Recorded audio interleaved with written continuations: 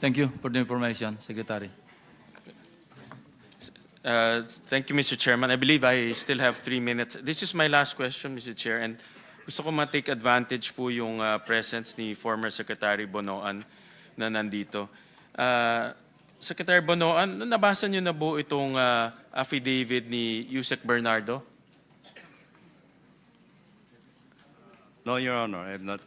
Hindi niyo ho nabasa ito, Nabasa. pero this was furnished to us during one of the hearings ng Blue Ribbon at na-implicate kayo dito many, many times. No? And let me just read. On page 18, sometime in 2022, Secretary Bonoan directed me to submit a list of projects for possible inclusion in the NEP for fiscal year 2023 worth around 450 million. And in the same page, Engineer Alcantara gave 10% of the value of the projects. In page 19,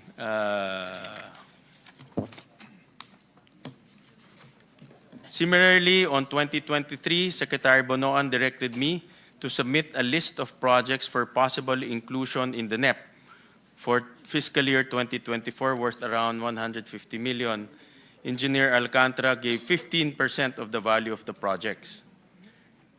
In page 19, in the year 2024, Secretary Bonoan also directed me to submit a list of projects for possible inclusion in the NEP for fiscal year 2021, 900 million.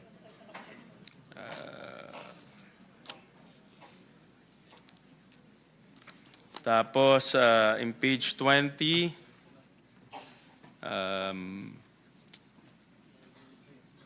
the value of the projects that I handled for Secretary Manny Bonoan was at least 5 billion per annum for the years 2023, 2024, 2025, with a 15% average commitment. Of this 15% average commitment, Secretary Manny Bonoan, 75% usually would give me 25% of the commitment, with the rest of the commitment shared between him and Secretary Cathy Cabral.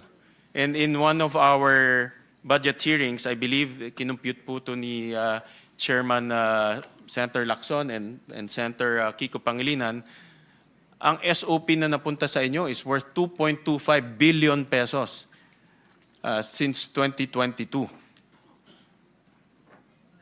Well, ano po ang masasabi niyo ho dyan?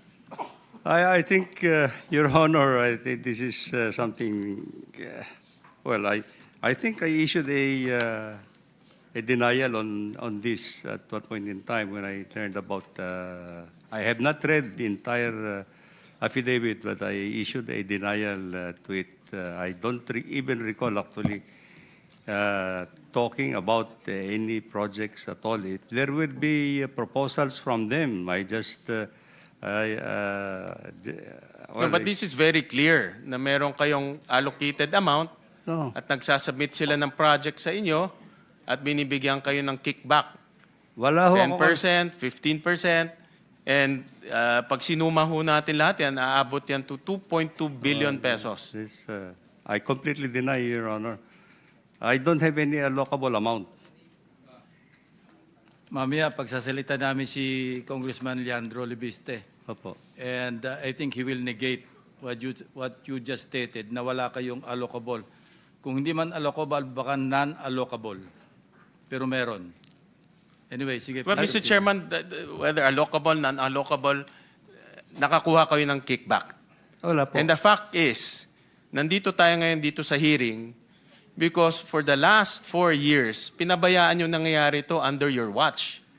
You're the Secretary of the DPWH. 3 years, 2 years, 3 years. Secretary kayo ng DPWH. May mga ghost projects. May 20-25% nangyayari sa ilalim po ng inyong opisina.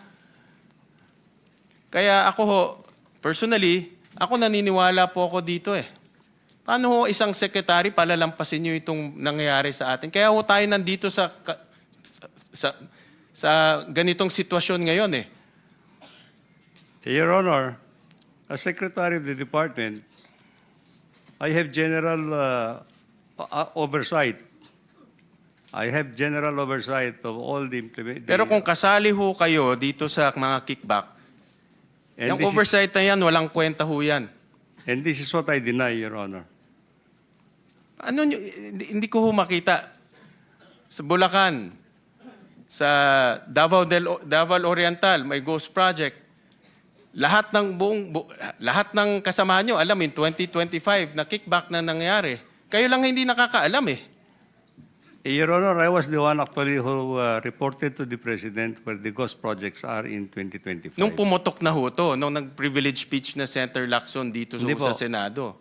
But throughout the years na pumupunta ho kayo dito, wala naman kaming naririnig na may problema. Kasi in my opinion, kasali ho kayo dito. But anyways, Mr. Chairman, I'm just echoing my frustration as a Filipino, Mr. President. Nakaka-frustrate, no? Na nandito tayo ngayon, pinakikinggan natin to. Dapat ang pinakikinggan ho natin kung paano po umunlad yung bansa ho natin. Pero dahil po sa inyong masamang liderato, nandito tayo ngayon. Inaayos ho natin. Hinahanap po natin sino yung mga kriminal. Hindi pa ho natin mahanap dahil nasa Portugal na nagtatago. Bakit niyo ho pinabayaan? Yun ang aking sentimento. But wag na ho kayong sumagot. I don't expect you to admit that, but I'm just airing out my frustration, Mr. Chairman. Thank you. Maraming salamat po. I just want to take exception kasi sinabi nyo, ang trabaho nyo as DPWH Secretary, oversight. I cannot accept that because hands-on kayo, secretary kayo. I cannot imagine Secretary Dizon exercising oversight function over his own department. So kindly correct that because that is not correct. Your Honor, what I'm saying is actually as Secretary, I exercise overall supervision, authority, Not oversight. and oversight. Because I also Sabi rely nyo on kanina, my people. ini-impress nyo, oversight lang kayo. But, I Mr. also Chairman, rely- as Secretary, you exercise control. I Control. You have control over the department. Yes, Your All the Honor. way to the last janitor. Yes, Your Honor, but I also rely on my people under me to cooperate, to do the job that Secretary, they're 3 supposed years, to do. 365 days, nandoon kayo. Wala kayo naririnig 25%, 20%. Eh kami naririnig na ho namin yung pumuputok na ho siya. Anyways, again, I'm just airing out my frustration as a Filipino. Talagang, alam niyo ho, Chairman, talagang frustrated rin. Kasama ko yung mga ibang mga kababayan natin. Napakasama ng loob sa mga nangyayari. At imagine niyo ito, nangyari ito sa ilalim po ng liderato ho ninyo. No? Tinuturo nyo mga subalterns ninyo, mga subordinates. Are you thinking ahead? You're planning to invoke the Arias Doctrine? Mabuti nandito yung DOJ. Mukhang anticipate nyo na kung ano yung defense ni Secretary Bernardo, Secretary Bonoan. Mag-i-invoke yan ng Arias Doctrine. Your Honor, what I'm just trying to say is actually, in the hierarchy of the department, of course, I exercise overall supervision, no? But I have also undersecretaries under me, assistant secretaries, regional directors, and Ang point district ko, engineers. Mr. Secretary, parang you're thinking ahead. Kung sakaling nasa korte na, yun ang i-invoke ninyo. Anyway, are you done?